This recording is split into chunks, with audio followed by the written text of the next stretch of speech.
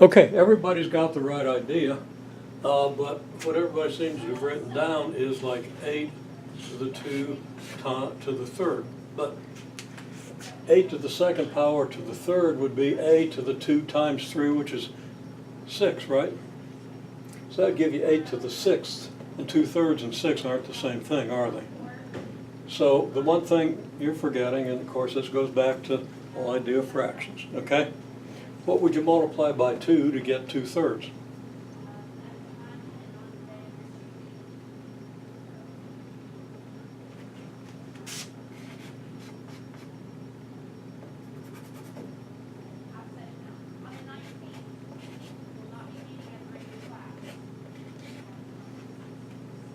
What I fill in here so I get 2/3.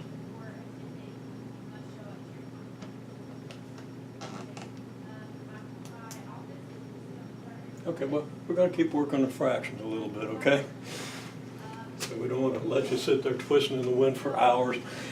You know, obviously I'm going to tell you, but then, you know, try to take a lesson here. Well, you know, what's 2 times 1/3? Well, you know, you probably need to write that as 2/1 times 1/3, and then multiply your numerators and multiply your denominators, right? And that equals 2/3. Okay? So, if you change this to h squared to the 1/3, you have the right idea, applying the second law. The law that I listed this time is seconds. I never list them twice in the same order. Which means there's a limit to how many times I've ever listed them, because let's see, there are 6 of them. There are only, 30 possible ways I could order them. So apparently I've listed them in my life less than 30 times. Since I never list them twice in the same order. No, don't worry about that. Okay, so here we got this. So we could write it this way, right? First, we've got to understand multiplication of fractions. There's another way we could write it.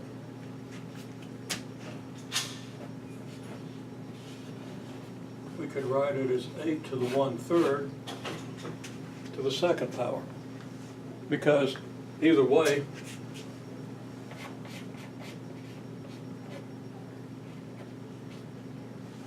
well, I'm screwing this all up. Also,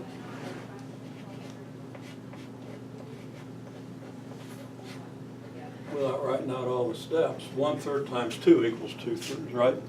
I mean, multiplication's commutative, so I could write this as 8 to the 1/3 squared. I get 1/3 times 2, which is exactly the same as 2 times 1/3, right?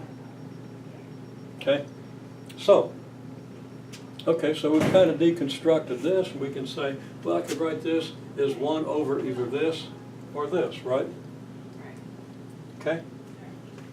Now, it's a little easier if you write it one way as opposed to the other, but we really have to think. Now, we know what 8 squared means, right? Do we know what 8 to the 1/3 means?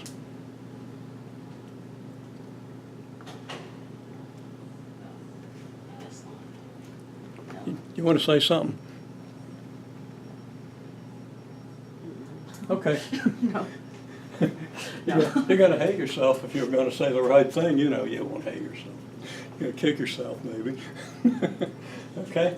So let's think about this expression, 8 to the 1/3.